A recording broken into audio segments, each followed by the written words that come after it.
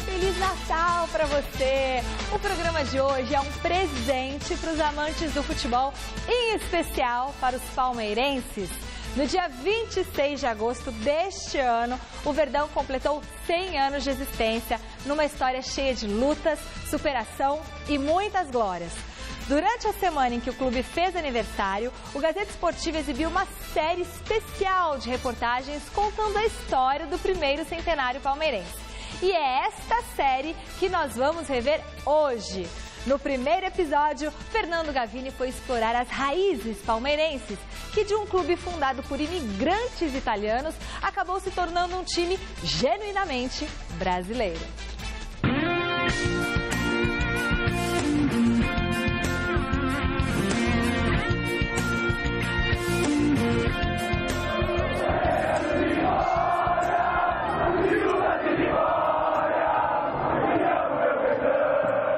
Aos 92 anos, Lili Cervo não esconde o que sente. O Palmeiras é o amor da minha vida. Uma paixão herdada do pai, Luigi Cervo, um dos 4 fundadores do Palestra Itália. Queria um clube que fosse de italianos aqui em São Paulo, que não tinha nenhum. Então ele se reuniu com esses amigos e fundaram o Palestra Itália, né? O idealizador mesmo do clube foi ele, por isso que ele é a mãe do Palestra, porque pai tem muitos, mas mãe é uma só, né? A inspiração para a criação do Palestra Itália foram as excursões de Torino e Provercelli por São Paulo em 1914. A partir de 26 de agosto daquele ano, a colônia italiana estaria representada nos campos de futebol brasileiros. Representavam cerca de 60% de toda a população da cidade de São Paulo naquele início do século XX. As pessoas iam para assistir uma partida de futebol como hoje se vai a um cinema ou a um teatro. Eles escolhiam a melhor peça, não tinha uma afinidade clubística. A entrada do Palestra nas competições oficiais, ele rompe com esse status quo do período e uma massa torcedora passa a ocupar espaços que antes eram um privilégio das elites. Massa torcedora que fez a festa em 1920, ano do primeiro título, conquistado em cima do Paulistano.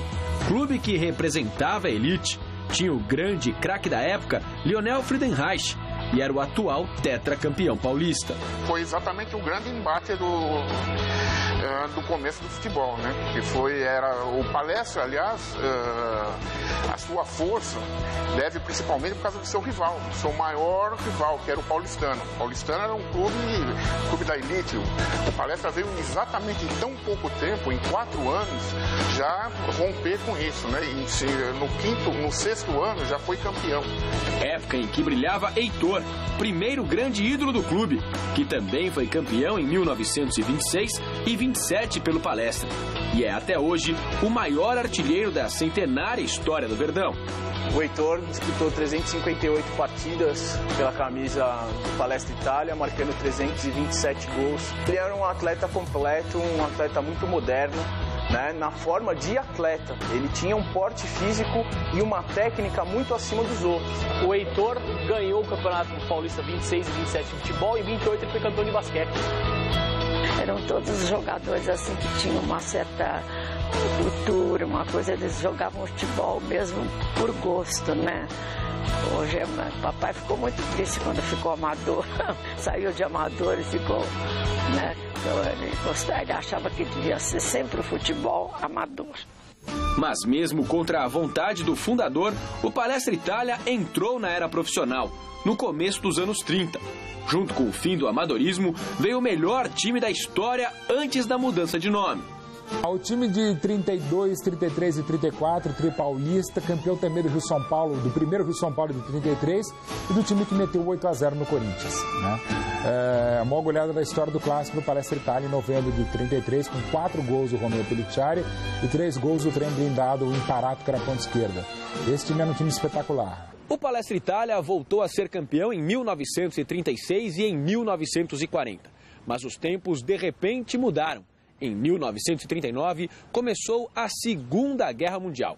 O Brasil entrou no conflito ao lado dos aliados e os imigrantes e descendentes dos países do eixo, Alemanha, Itália e Japão, passaram a sofrer com perseguições pelo país. Os italianos, os alemães e os japoneses, como eles eram contra a aliança, né, os aliados, que era França, Estados Unidos e Inglaterra, e o Brasil estava ao lado dos aliados, esses três povos sofreram perseguição aqui. Era um Estado ditatorial brasileiro. A gente viveu o Estado Novo desde 37, desde o golpe da Revolução de 30, feito pelo Getúlio Vargas.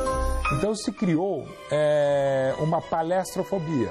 Então qualquer problema do país ou de São Paulo era culpa dos italianinhos do Palestra Itália. Evidentemente não era. Havia, por exemplo, controle das pessoas que falavam a língua italiana. Então você tem registros de delegados do DOPS que davam batidas, né, em saídas de jogos do Palestra Itália, em núcleos de italianidade como os bairros da Moca, Bexiga, Barra Funda, né, justamente para fichar alguns italianos que estavam conversando na sua língua pátria como fascistas, para justificar o governo do Estado Novo de Getúlio Vargas que havia um ambiente de guerra aqui no Brasil. Meu irmão teve que tirar o nome, né? Imagina que absurdo. Era Eduardo Domênico Cervo. Ficou domingos na Faculdade de Direito lá em São Francisco. Pediram para tirar o nome de Domênico. Não foi o único nome relacionado à família que teve que mudar. Uma lei previa a desapropriação do patrimônio de tudo que fosse ligado aos países do eixo. O Palestra Itália correu risco de perder seu estádio. Pouquíssimos palestrinos eram fascistas. Claro, havia a ligação histórica entre o Palestra Itália e a Itália de Mussolini, mas fascistas mesmo tinham poucos no Palestra. Então, realmente, era uma violência institucional do governo Vargas, das autoridades paulistanas, de gente ligada ao São Paulo. Não São Paulo Futebol Clube como instituição, mas tinham São Paulinos que queriam mudança porque talvez quisessem o Palestra Itália. Para manter vivo o clube, o Palestra cedeu. Mudou de nome. Em homenagem à extinta Associação Atlética das Palmeiras, com quem tinha boas relações nos primórdios de sua história, o clube foi rebatizado. No dia 14 de setembro, foi escolhido, na segunda-feira à noite do Palestra Itália, que ia se chamar Sociedade Esportiva Palmeiras. E no primeiro jogo, o Palmeiras foi campeão paulista, vencendo o São Paulo por 3-1. Desses 100 anos, esse foi o maior jogo e a maior vitória da história do Palmeiras. O Palestra morreu líder. E o Palmeiras nasceu campeão. E o Palmeiras nasceu campeão. Às vezes, conforme o momento, é difícil falar isso. Né? É muito mais que uma vitória em campo, né? Exato. Eles queriam derrubar aquilo, a gente, né, queriam acabar, e foi exatamente ao contrário, né? Surgiu o Palmeiras como o maior vencedor do Brasil. Foram 28 anos de Palestra Itália, que se seguiram a 72 de Palmeiras. Uma história centenária da qual Lili viveu intensamente nos seus 92 anos de vida. Obstáculos não faltaram para chegar até 2014. Por isso, sobram motivos para comemorar. Estou com 92 anos, podia ter falecido antes e não chegar, né, nisso, mas fiquei muito feliz de prestar essa homenagem para o meu pai, né? E para o Palmeiras ao mesmo tempo.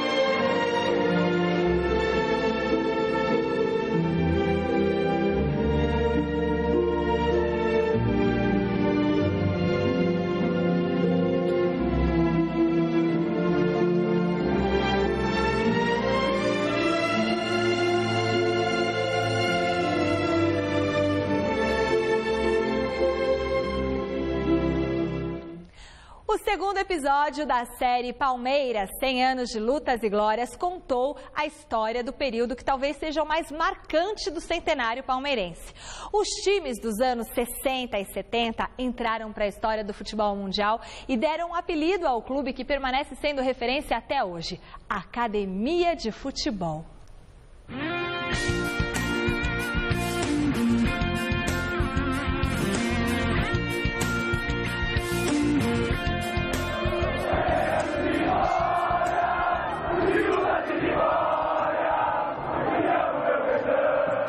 De agosto de 1950 a julho de 1951. O Palmeiras disputa 5 campeonatos e ganha todos, as 5 coroas. 2 taças Cidade de São Paulo, 1 campeonato paulista, 1 torneio Rio-São Paulo e a mais importante de todas, a Copa Rio. De todas as 5 coroas, essa foi a mais difícil que conseguimos conquistar. A mais difícil não, é a mais valiosa, né? porque praticamente ela representa como se fosse o campeonato do mundo, né? Palmeiras campeão do mundo. Foi assim que a Gazeta Esportiva, principal jornal de esportes da época, estampou em sua manchete o título conquistado pelo Palmeiras depois de passar pela Juventus de Turim na final disputada no Maracanã.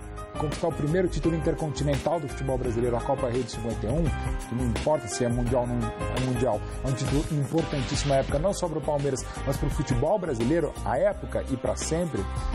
Isso é um motivo não de orgulho, que eu acho uma coisa menor, mas é um motivo de muita alegria. A torcida brasileira canta Brasil, Brasil, Brasil. Ou seja, do primeiro minuto ao último minuto, ela celebra o feito do Palmeiras como um resgate da alma do brasileiro que até então sangrava pela dor da derrota do Maracanã em 1950. Depois de conquistar essa taça aqui, a Copa Rio de 1951, o Palmeiras entrou em jejum. Foram 8 anos sem títulos, até voltar a ser campeão em 1959, com o time considerado o embrião da primeira academia, montado graças à venda de Mazzola para a Itália. Esse dinheiro foi reposto montando um grande time, tá? Aí sim, aí nós contratamos Julinho, Djalma Santos, Valdir de Moraes veio, Enio Andrade, foi feito um time de toque de bola, tá? Veio o Chinesinho, esse era o grande nome desse elenco, né? O título veio depois de uma melhor de 3 partidas contra o Santos de Pelé. Então, jogador da Ferroviária, Dudu assistiu aos jogos no Pacaembu. E eu vi Palmeiras e Santos jogar. O jogo foi uma maravilha. 3 jogos no Pacaembu, dos quais o Palmeiras acabou sendo campeão. Na era Pelé, o Palmeiras, que também ganhou a Taça Brasil em 1960, foi o único time de São Paulo que conseguiu rivalizar com o Santos. De 58 a 69, ele só não ganhou 59, 63 e 66 no campeonato, estamos falando do Campeonato Paulista, porque o Palmeiras ganhou esses títulos. Senão ele seria campeão durante 11 anos seguidos. O campeonato de 63 foi o primeiro ganho por Ademir da Guia, o maior craque da história do Palmeiras. No ano seguinte, chega ao Verdão Dudu, que se transforma no grande parceiro do Camisa 10. Carabina, Djalma Santos e Djalma Dias me chamaram, falaram: ó, garoto, vem cá, você tem que procurar ficar um pouco mais na defesa para ajudar o miolo de zaga aqui. Deixa o Ademir atacar mais. Então foi aí que eu fiz. Nisso casou bem o meu estilo com o dele. Os dois formaram a base do time que ficou conhecido como Academia em 1965, quando foi campeão no torneio Rio-São Paulo e representou a seleção brasileira na inauguração do Mineirão contra o Uruguai. O Palmeiras levou todos os jogadores de comissão técnica para a seleção brasileira. O time inteiro com o uniforme titular da seleção brasileira. Foi um jogo oficial. E um jogo oficial que foi a inauguração do Mineirão, teve o troféu, troféu Independência. E é um ponto curioso da história, porque foi a única vez que a seleção brasileira foi dirigida por um estrangeiro. Porque o técnico do Palmeiras em 65, ele era o Dom Ernesto Filpo Nunes, um argentino. Os uruguaios não esperavam encontrar uma equipe montada como a do Palmeiras, tocando a bola e partindo para cima deles. Saindo na frente 2-0, depois já fizeram 3-0, mas o importante foi o toque de bola, né? Não dava chance para eles dar contra-atacar nem nada, a gente não deixava eles passarem no meio de campo. As conquistas continuaram até 1967, quando o Palmeiras ganhou no mesmo ano 2 campeonatos nacionais, Roberto Gomes Pedrosa e a Taça Brasil, e teve o recém-chegado César Maluco como destaque. Eu recebia tanta bola com tanta facilidade, cara. Estava sempre na cara do gol. Aí eu me tornei goleador, né? E eu fui artilheiro do primeiro Robertão e da Taça Brasil também, né? Fiz os gols nas 2 finais, né? E ali eu me consagrei. Tanto se consagrou que resistiu ao fim da primeira academia e fez parte da segunda, junto com Ademir da Guia e Dudu. Até hoje, a escalação do Palmeiras, que brilhou nos anos 70, está na ponta da língua. Leão, Eurico, Luiz Pereira, Alfredo Zeca, Dudu, Edmir, Edu, Leivinha, César e Ney. Eu tenho um amigo que disse que isso não é uma escalação, é uma poesia, pô. E é verdade mesmo, né? Era muito fácil ser palmeirense. A época era a base da seleção. Tinha 6 jogadores da academia do time de 74 e tinha um time fantástico. Pequeno dicionário da primeira academia que nós passamos para a segunda academia, o funcionário é o seguinte: não existe derrota nas nossas vidas, só existe vitória. 5 torneios nós disputamos e ganhamos. A segunda academia foi 2 vezes campeã brasileira e ganhou 3 paulistas. No meio disso, foi campeão de diversos torneios internacionais. Mas nada foi mais marcante do que a final do estadual de 74. O gol de Ronaldo fez o rival Corinthians completar 2 décadas sem conquistas. Praticamente toda a imprensa já via como o Corinthians, já via o Corinthians como campeão. O próprio palmeirense ficou com receio de ir ao Morumbi. Prova é que acho que 20% era o palmeirense, o resto era tudo corintiano. O Corinthians foi naquele ano montado pelo Silvio Pirillo, que era o técnico do Corinthians. E o Palmeiras nós já vimos, 72, 73, com o time armado, era sempre a mesma equipe. Então chegou para jogar e a imprensa não pensou nada disso, foi dando corda pro Corinthians. Era uma boa equipe, tinha um jogador excepcional, que era o Evelinho, fora de série. Na verdade, nosso time era muito bom também. Esqueceram desse pequeno detalhe. Nós fizemos uma grande partida, foi um grande jogo e no final saímos vitoriosos por 1-0.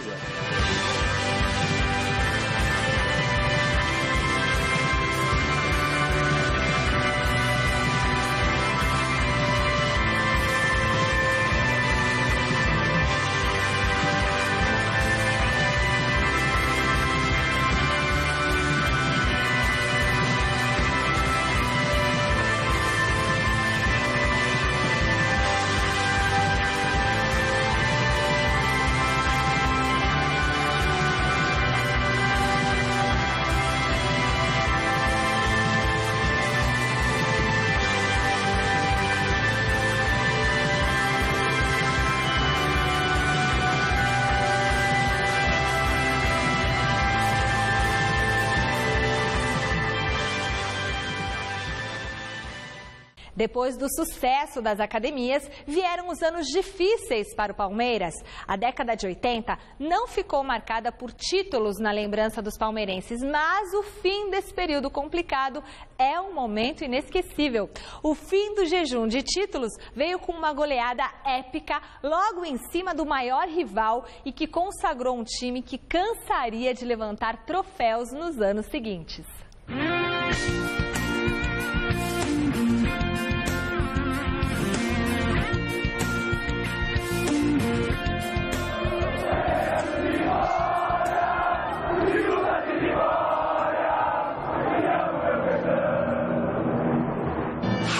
De 1959 a 1976, o Palmeiras se acostumou a comemorar muitos títulos.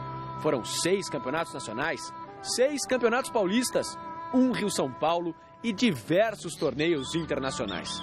Mas, repentinamente, de uma hora para outra, a fonte secou. E vieram a seguir 16 anos de um longo e sofrido jejum. O Palmeiras, nesse período, não ganhou nada, mas o Palmeiras ganhou o principal. É a geração mais fanática que tem, são os filhos da fila. Cada um com sua lembrança, cada um com sua dor. Chorava muito, eu no quarto escutando os jogos pela rádio, né? Ficava nervoso, porque eu peguei aquela fase, né, do jejum, da fila, né? Chegava sempre ali perto, perdia, então eu chorei bastante, mas nunca desisti e nunca pensei em mudar de time. Em 91, o Palmeiras foi eliminado do Campeonato Paulista.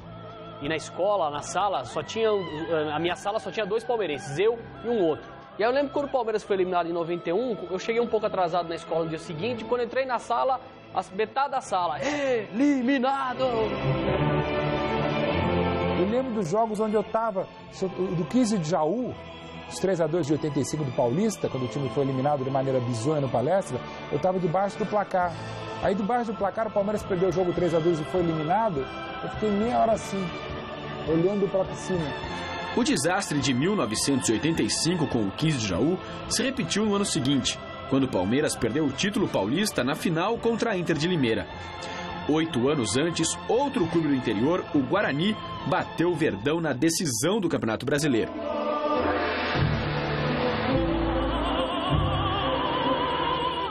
Em 89, depois de uma campanha brilhante no estadual, o time dirigido por Emerson Leão perdeu apenas um jogo em toda a competição, exatamente quando não podia perder. 3-0 para o Bragantino e ficou fora da semifinal.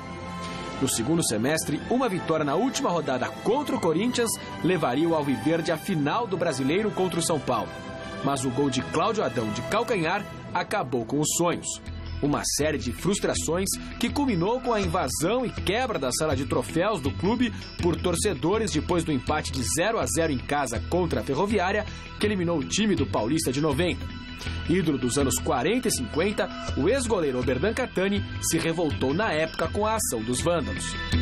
Eu senti uma apunhalada no coração. Ver ser destruído por meia dúzia de vamos dizer, não vou dizer cafajeste, desses mal palmeirenses, que foi eles que fizeram isso, eles não vão ter dormir sossegado, a consciência dele não... Quando ele encostar a cabeça em um travesseiro, ele vai pensar duas vezes. Com todo esse clima, não era fácil jogar no Palmeiras. Evair sentiu isso na pele. O camisa 9 chegou ao clube em junho de 1991. No começo do ano seguinte, foi afastado por Nelsinho Batista e ficou 5 meses fora do elenco. O motivo era 16 anos de fila, muita cobrança, resultados que não vinham. Foi aqui dentro que eu fui afastado, foi aqui dentro que eu sofri as maiores perseguições da minha vida, mas foi aqui dentro também que eu tive as maiores alegrias. Evair tem que agradecer a Parmalat o seu retorno ao Palmeiras.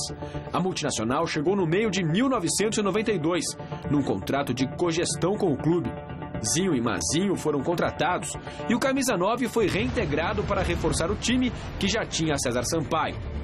O jejum não acabou, mas o vice-campeonato trouxe esperanças de que logo o torcedor poderia voltar a gritar campeão. Quando a gente chegou para vice no primeiro ano, a gente achou que com alguns reforços a gente poderia brigar de novo pelo título, né? Em 93. Isso facilitou também o nosso trabalho. Reforços de peso. Antônio Carlos, Roberto Carlos, Edmundo e Edilson. O Palmeiras tinha um timaço. Foi o melhor ao longo de todo o Campeonato Paulista e chegou à decisão contra o Corinthians. No papel, o favoritismo absoluto. Na realidade, o peso dos 16 anos sem títulos, que aumentou com o resultado do primeiro jogo da decisão. 1-0 para o rival, com um gol de Viola, que ainda provocou o Verdão ao imitar o porco na comemoração. Bom, com todo respeito, é uma grande homenagem ao Palmeiras, porque no momento que o Neto lançou o porco, o Palmeiras todo estava procurando o porco, e o porco estava lá dentro da rede. A semana foi a semana mais longa das nossas vidas, porque nós íamos para uma fazenda hotel e ficávamos a semana inteira treinando, comendo, dormindo e ouvindo da final. Parecia que nós estávamos há um ano naquele hotel e não chegava o dia da decisão. Mas dia 12 de junho de 1993 enfim chegou. O Palmeiras tinha sede de voltar a ser campeão. Evair buscava o primeiro título da carreira e fez sua melhor partida com a camisa do Verdão. Primeiro, deu o passe para Zinho fazer 1-0. Marcou o segundo depois de uma jogada espetacular de Mazinho. E ainda acertou a trave para Edilson fazer no rebote 3-0. Jogou demais. Foi um dia que tudo voltou a dar certo e as coisas aconteceram. Acho que o time não tinha por que não ser campeão. Da maneira que jogou e o time que tinha era muito superior. Havia ainda a prorrogação. O empate era do Palmeiras, mas ele não foi preciso. Edmundo sofreu pênalti. A Evair coube a responsabilidade de bater e soltar o grito de campeão de toda uma nação. A hora que a bola bateu na rede, eu não sabia o que fazer, para onde correr, além de ter 16 anos de fila, jogar contra o maior rival, fazer 2 gols, participar dos outros 2 gols, quebrar um tabu, o time foi campeão num momento importante. Então, com certeza, aquele é o jogo mais importante da minha história dentro do Palmeiras. Meu pai se ajoelhou, de costas, ele não assistiu o gol, de costas para a arquibancada, e com a outra mão ele me pegou assim pela nuca e falou: filho, é para você, eu posso ir embora desse mundo, mas esse título é para você. Sofremos muito com a fila, mas quando saímos como Palmeiras. A gente havia deixado o Corinthians na fila de títulos em 74 e o Corinthians nos deixou sair em 93. Aí é a grande vitória. Foi inesquecível, foi realmente, como palmeirense, o maior dia, acho que para minha geração e do Fernando, né, que a gente viveu uma parte da fila, né? Porque quando a fila começou eu tinha 2 anos, 1 ano. Nenhum outro grande na história acabou com a fila em 19 meses e ganhou 5 títulos. Um Rio-São Paulo com o time misto, 2 paulistas e 2 brasileiros. E dos 5 títulos, 3 em finais contra o maior rival que é o Corinthians. Então, e contra o São Paulo, que então tinha sido bicampeão do mundo. Eu não sabia como reagir. O Palmeiras ser campeão, a primeira vez eu não sabia como reagir. Então foi uma loucura, foi uma grande loucura. Meu pai me deu um abraço, falou para mim: obrigado, filho, por você ter confiado no teu pai, não ter desistido nunca do Palmeiras.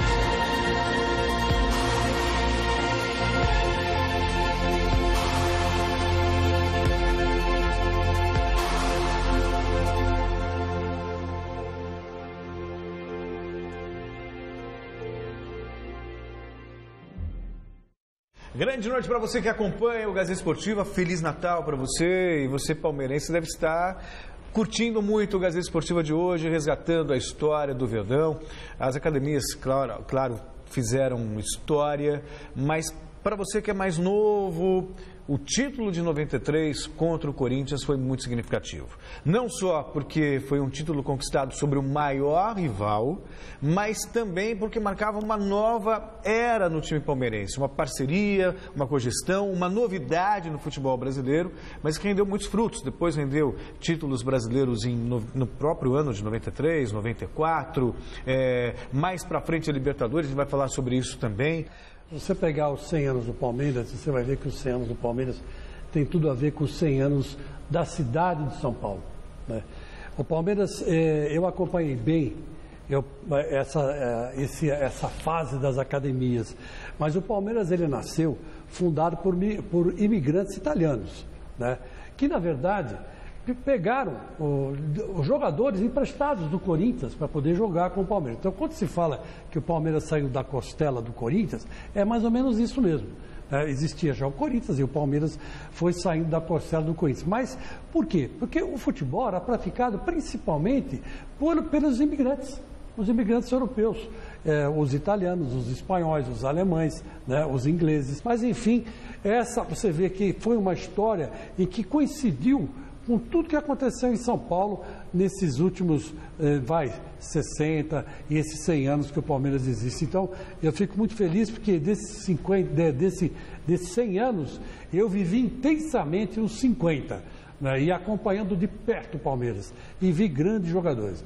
Mas o maior de todos, sem dúvida nenhuma, pode anotar aí, chama-se Ademir da Guia. Fale conosco através do Twitter do programa, endereço twitter.com/Gazeta. Você fica sabendo tudo que rola no Gazeta Esportiva e você pode rever os programas no site da TV Gazeta, tvgazeta.com.br. Daqui a pouquinho nós voltaremos a falar do centenário do Palmeiras. Antes, vamos conhecer mais um dos personagens que ajuda a fazer da corrida de São Silvestre a mais bonita prova de pedestrianismo do Brasil. Ana Luísa Animal, 52 anos de idade, ex-moradora de rua, salva pelo esporte, campeã mundial de perseverança? Sim.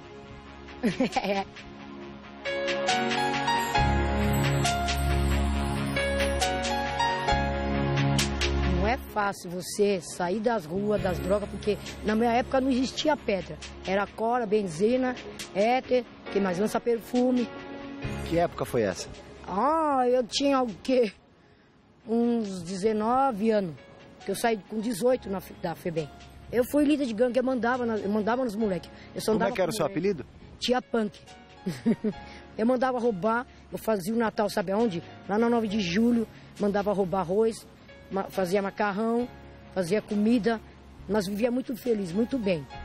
Foi presa? Aí eu ia presa, eu fugia, não tinha como segurar. Eu corria, não tinha como me pegar. Quem te apresentou o esporte? Como é que tudo começou? Quem me apresentou no esporte, um dia eu estava na 9 de julho com os meninos. Não, minto. Eu estava no MAP, na Anhangabaú, assistindo televisão, porque nós, os moradores de rua, tem mania de sentar lá perto de lojas e ficar vendo televisão. E nessa época, nesse dia, eu estava assistindo um filme chamado Carruagem de Fogo.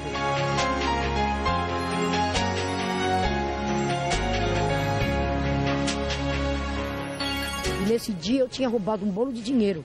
Eu roubei, fiz um assalto no banco, fiz uma saidinha de banco. Aí nesse dia eu fui dormir no hotel, no Ipiranga. Toda vez que eu passo eu lembro, hotel, hein? Aí nesse dia eu dormi tão gostoso que eu lembrei, veio com isso na cabeça. Meu, esse filme foi muito legal. Me deu uma inspiração de eu começar a correr. Se eu corro da polícia, eu posso começar a correr. Ana, e depois que você começou a praticar esporte e tal, você teve recaída, voltou pra vida bandida? Não, eu não tenho mais coragem, não, porque foi muito difícil de sair. Porque quando eu saí, olha, eu sofri muito. Eu tive abstinência eu vou explicar. Como eu usava muitas drogas, eu via vozes, luzes, eu lutava com o espelho. Depois que eu parei, paralisou toda a minha parte do lado esquerdo meu. Eu falava, isso aqui é um pequeno defeito. Meu braço estava torto, minha mão, minha perna. Eu não sentia nada, podia beliscar, eu não sentia nada de dor, nada. Foi uma sequela. Aí o médico falou, se você não parar de usar, você vai ficar aleijada pro resto da vida. Graças a esse médico que eu ouvi ele e parei. E você é recordista mundial de que prova? Eu dos 5.000. Agora no mundo... Categoria? Categoria de 50 anos. 52. E a São Silvestre entrou na tua vida de que forma? Aí a São Silvestre entrou... Nem lembro quando eu comecei. Eu já tenho 20 anos que eu corro São Silvestre. E eu amo a São Silvestre. Eu acho muito legal. Quando eu comecei a correr São Silvestre, eu achei muito difícil. Como que eu vou conseguir correr? Meu, é muito difícil. Subir isso aqui. E é legal que o pessoal incentiva e grita. E eu vou falar, a melhor corrida do Brasil, para correr é a São Silvestre. Porque São Silvestre ela é famosa no mundo inteiro. Quantas participações você já tem nessa corrida? 20. Vai para a 21ª? Eu vou para a 21ª, mas eu vou para sem marcar tempo e para brincar. Esse é o Capitão América, de amor, de animal. E boa sorte para todo mundo que vai correr São Silvestre.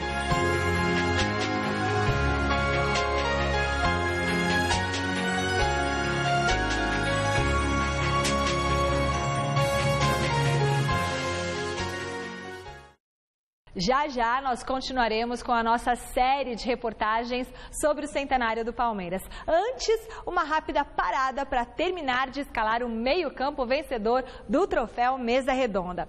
Ele não é do Palmeiras, mas também veio de um clube que já se chamou Palestra Itália. Veja quem é. Agora vamos conhecer os indicados a terceiro meio-campista do nosso timaço. Posição terceiro meio-campista.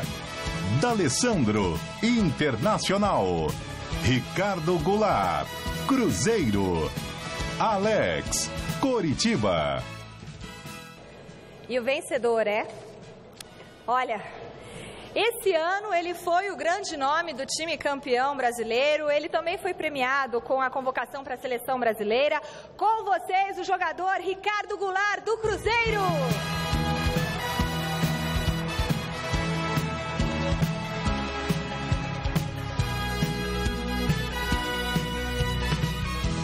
Grande ano, efetivamente, do Cruzeiro, do Ricardo Goulart. Fez de tudo, né? Fez muitos gols. Foram momentos lindos. Maior ano da sua vida profissional, Ricardo? Sem dúvidas. Boa noite a todos. De carreira profissional eu tenho 3 anos. 3 anos conquistando títulos. Então, para mim, esse ano foi sensacional.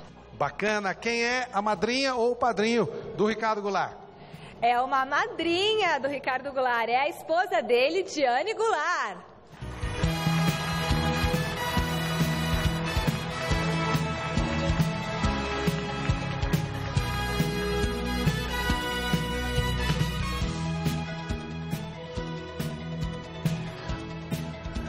Bom, parabéns, eu acho que isso tem que ser dividido sempre entre a família. E ele é tranquilo e tal, depois dos jogos, como é que é? Sim, o Ricardo é bem tranquilo, ele é bem caseiro, a gente faz bastante coisa em casa, ele é bem sossegado. Você ficou surpresa com tanto sucesso esse ano? Ah, sim, né? É algo que a gente acredita, mas não espera, assim, né, tanto. Mas o Ricardo, ele é muito determinado por tudo que ele faz, então foi merecido todo esse ano que ele fez. Então, por favor, entregue o troféu Mesa Redonda ao seu marido, Ricardo Goulart. Muito obrigado aos dois. Obrigado.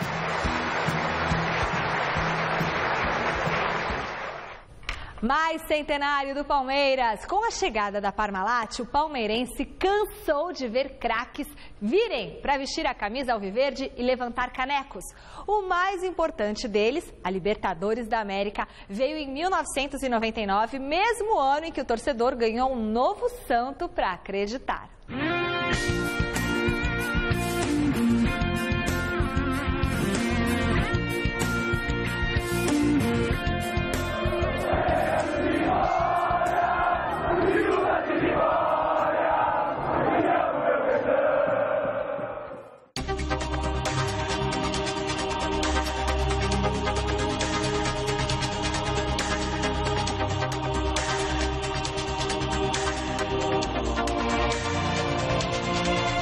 Herói.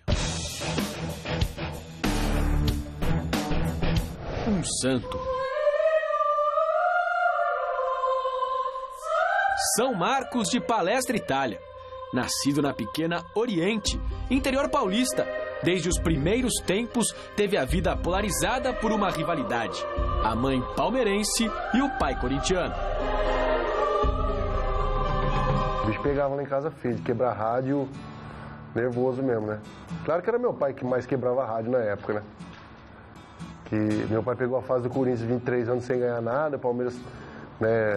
Minha mãe era italiana, de família italiana, então acompanhava muito futebol, assim. Mas sempre tinha umas tretinhas lá em casa, umas discussões, assim, por causa da rivalidade dos dois times. Marcos optou pelo lado verde da família.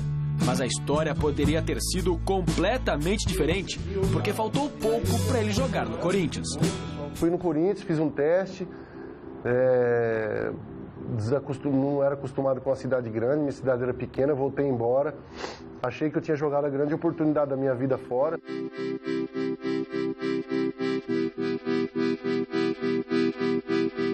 Aí eu voltei pra lá e meu pai falou, pô, então você vai ter que ir na roça comigo. Falei, meu Deus do céu, me ferrei. Que troca injusta.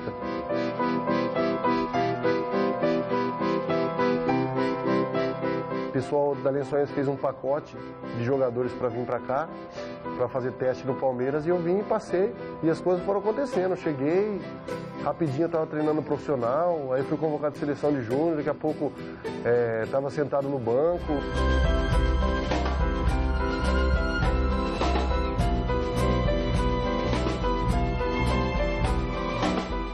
Marcos demorou 7 anos para assumir o gol do Palmeiras. Durante a maior parte da era Parmalat, ele foi reserva e viu do banco o time ganhar 2 campeonatos brasileiros, 3 paulistas, uma Copa do Brasil, um torneio Rio-São Paulo e uma Copa Mercosul. Mas quando ele assumiu a posição de titular, o Verdão ganhou o título mais importante do período.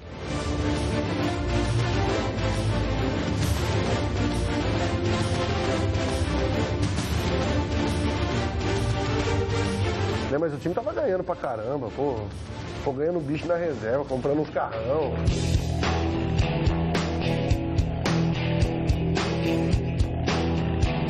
Tive a oportunidade de trabalhar com grandes goleiros, César, Veloso, Carlos, Gato Fernandes.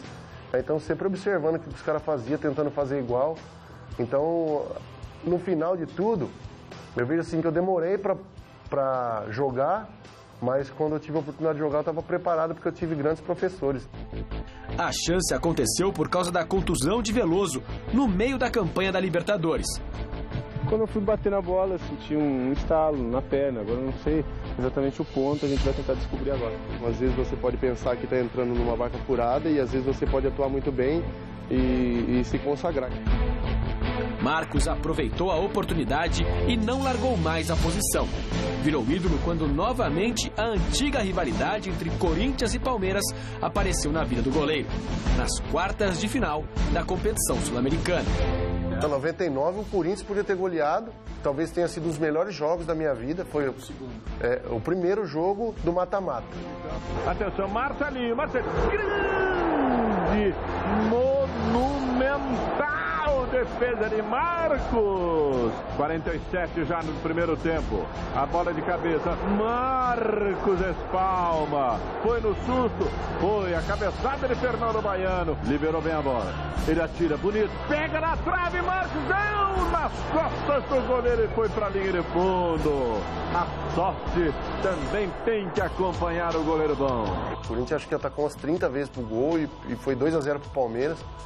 Depois do segundo jogo, o Corinthians também jogou pra caramba e fez 2-0 no Palmeiras, aí foi pro pênalti.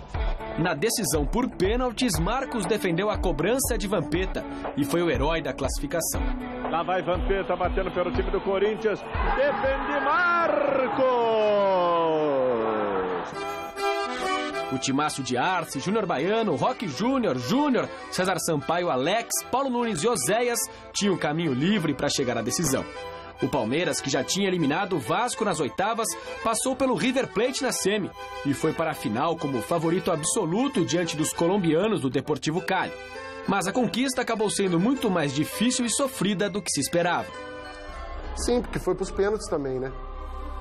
E para piorar, a gente saiu errando o pênalti.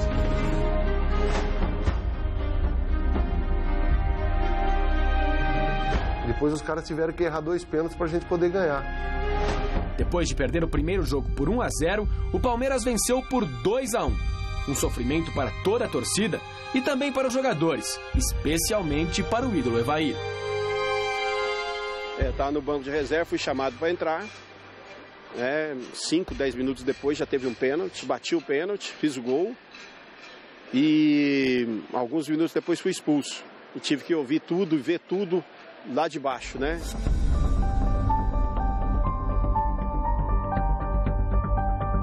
Tava sozinho no vestiário? Tava eu e o padre, né? Eu e o padre dentro do vestiário. Que padre? O padre que vinha com... O padre que sempre acompanha o Filipão, né? Uhum. Eu ajoelhado de um lado e ele ajoelhado do outro, da maca. Eu fui pelo barulho da torcida. Aquele silêncio quando erramos o primeiro pênalti, né? Aí veio o outro silêncio, porque o adversário fez. Depois começou o barulho, né? A arquibancada parece que ia cair na nossa cabeça.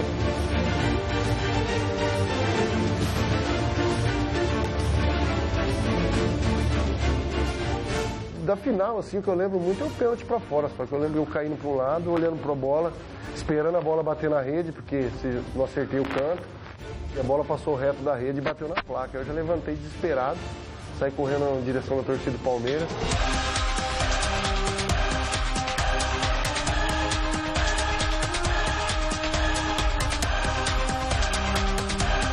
Desfrutei no máximo, né? Subi pé a pé, para poder ouvir aos poucos aquele grito, né? Então isso ficou marcado. O Sampaio pegou a taça, aquele prato da Libertadores. Eu peguei a chave, eu ganhei um carro da final, peguei a chave, saí comemorando com a chave, mostrando a chave para todo mundo. Eu já achava massa, ganhei um carro, velho. Como é que ganha um carro assim de uma hora para outra? Dono da América, o Palmeiras teve a chance de conquistar o mundo contra o poderoso Manchester United. E foi justamente o herói da Libertadores que se transformou em vilão. Foi um erro, assim, que custou um Mundial de Clubes pro Palmeiras, né? Mas, assim, que também quem constrói uma carreira sem nunca ter errado. Tem muito torcedor do Palmeiras que me corneta pra caramba, né? Os caras vêm zoar comigo e falam, pô, você me deve um Mundial. Eu falo, pelo menos eu levei vocês lá, né? Porque hoje em dia tá difícil de voltar lá. É facinho, é só ganhar o Libertadores, voltar lá e ganhar outra. Olha como é que é fácil. Eu passei minha vida inteira esperando voltar pra lá. Com o Palmeiras pra poder mudar essa história. Chance de voltar ao Japão, Marcos e o Palmeiras tiveram em 2000. Mas o Verdão perdeu a final da Libertadores para o Boca Juniors. São Marcos, no entanto, já estava perdoado. Mais uma vez porque o Corinthians cruzou a vida do goleiro na semifinal. Os 2 jogos foram jogos extremamente disputados em 2000, né? Eu acho que o mais importante do Palmeiras naquele jogo foi o Galeano, que fez um gol lá no último minuto, faltando 2 minutos para acabar, e que levou o jogo aos pênaltis. Na verdade, aquele jogo eu só peguei o pênalti do Marcelinho. A responsabilidade é... Só? De jeito nenhum, Marcos. O pênalti defendido na cobrança de Marcelinho foi o momento da beatificação, que jamais será esquecido pelos palmeirenses. Palmeiras pra final da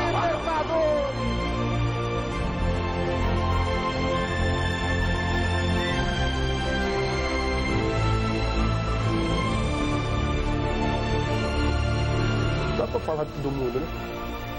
De tanto de gente que me ajudou, assim.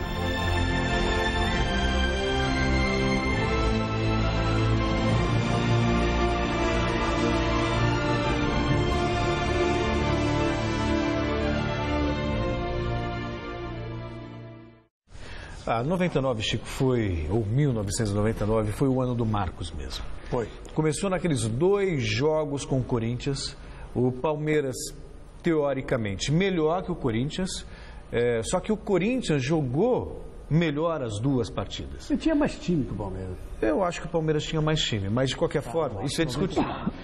Mas só que o Corinthians jogou a primeira partida muito bem.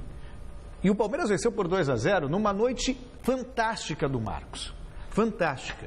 Aí no segundo jogo, o Corinthians venceu por 2-0 e o Marcos foi brilhante novamente. O Palmeiras ganhou nos pênaltis do Corinthians, isso nas quartas de final. Depois avançou para a final contra o River Plate, 2 jogos, perdeu lá por 1-0, ganhou aqui com sobras, o Alex jogando bem e tudo mais, 2-0. E a final contra o Deportivo Cali.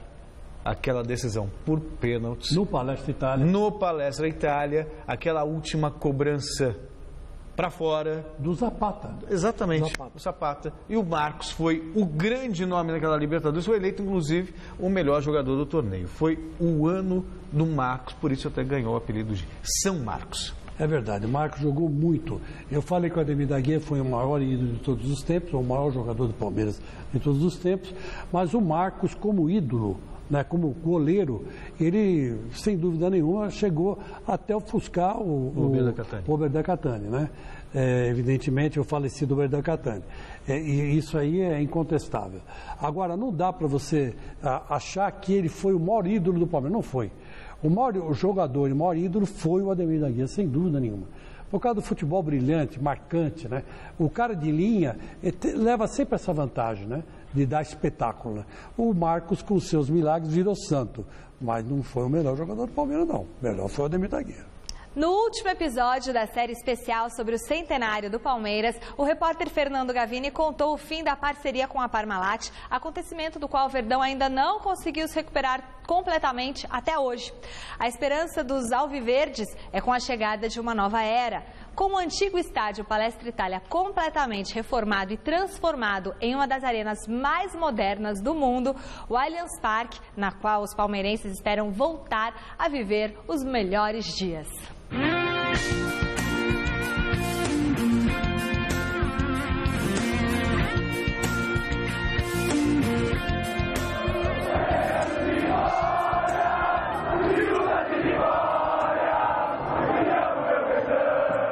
O palmeirense se acostumou a colocar no peito a faixa de campeão durante todos os anos da era Parmalat. De 1992 a 2000, o Verdão levantou a Taça da Libertadores, da Mercosul, da Copa do Brasil, 2 vezes do Campeonato Brasileiro, 3 do Paulista e 2 do Torneio Rio-São Paulo. O fim da parceria em 2000 interrompeu a série de conquistas. Aos poucos, os grandes craques foram se mandando. Veio o primeiro rebaixamento em 2002. O único grande jogador que restou provou seu amor ao Verdão. Pouco depois de ser campeão do mundo pela seleção brasileira, Marcos negou uma proposta do Arsenal da Inglaterra para jogar a Série B e reforçou sua condição de santo diante dos súditos palmeirenses. O fato também de eu ter construído o meu nome, não foi na Academia 1, nem na Academia 2, nem na Era Parmalat. Meu nome foi construído no bom e barato. No ano que a gente tomou 7 do Vitória, a gente teve umas 3, 4 oportunidades de tomar 7, que eu joguei muito bem. É claro que vai ficar marcado 7. Mas então eu acho que muito torcedor tem esse reconhecimento por mim, por ter ficado na época do Palmeiras, não só na época boa, mas na época ruim também. Inclusive eu fiquei muito mais na ruim do que na boa. De fato, como titular do Palmeiras, Marcos foi poucas vezes campeão. Jogando foi uma Libertadores, um Rio-São Paulo, um Brasileiro da Série B, um Paulista 2008, foi muito pouco, né, que eu ganhei como titular do Palmeiras. Muitas vezes o goleiro não se aguentou e desabafou nos microfones dos jornalistas. Sei. Se o time entrou desmotivado porque perdeu o final de semana pro Corinthians. Eu já joguei aqui com o time do Palmeiras, com alguns times do Palmeiras. Não tão bons, mas um time tão sem vontade como o de hoje, sei lá, não tem como explicar. Tudo sobrava pra mim. Eu era o goleiro campeão do mundo. A responsabilidade de ter perdido era minha, aliviava muito a barra do monte de jogador que passava por aqui, não rendia e ia embora.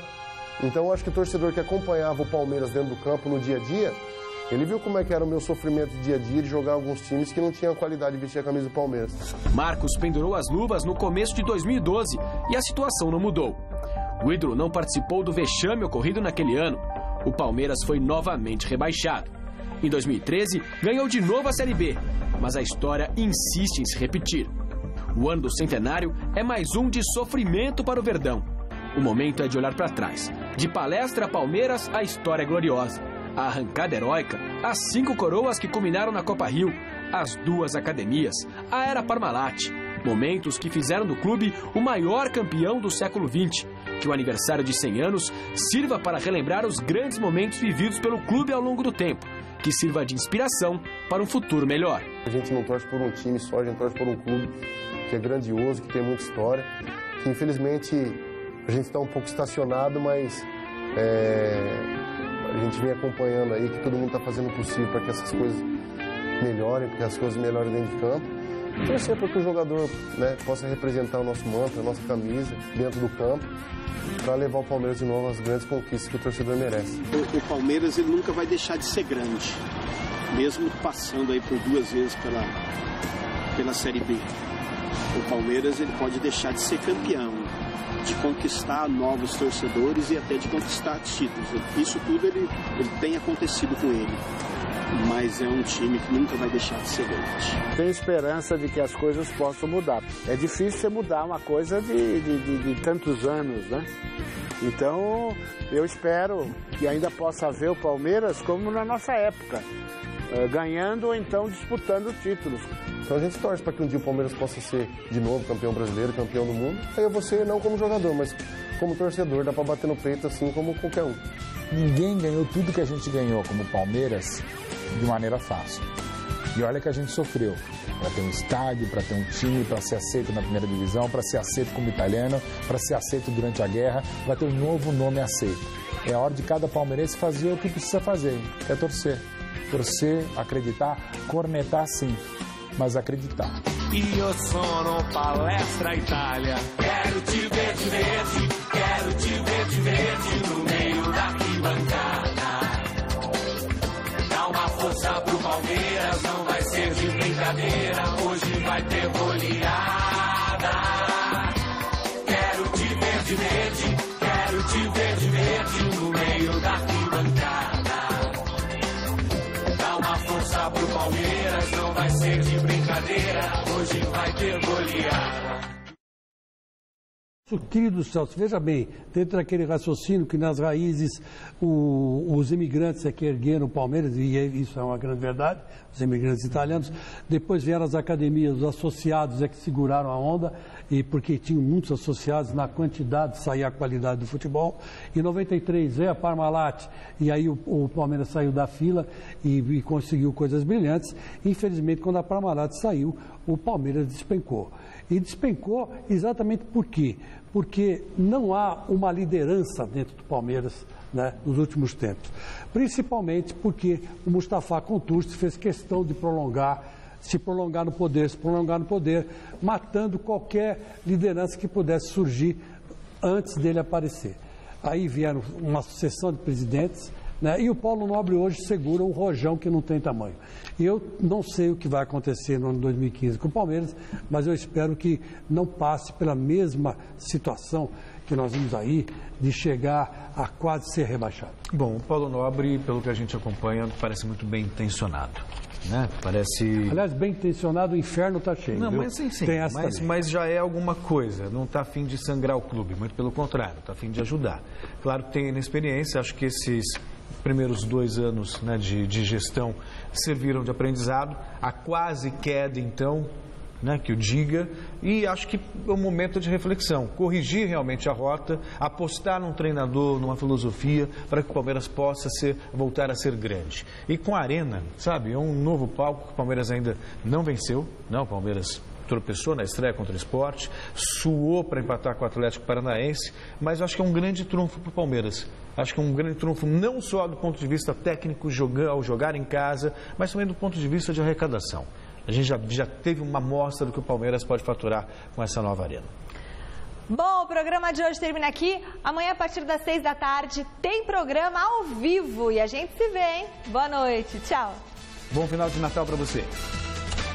Como o resto do peru sossegado.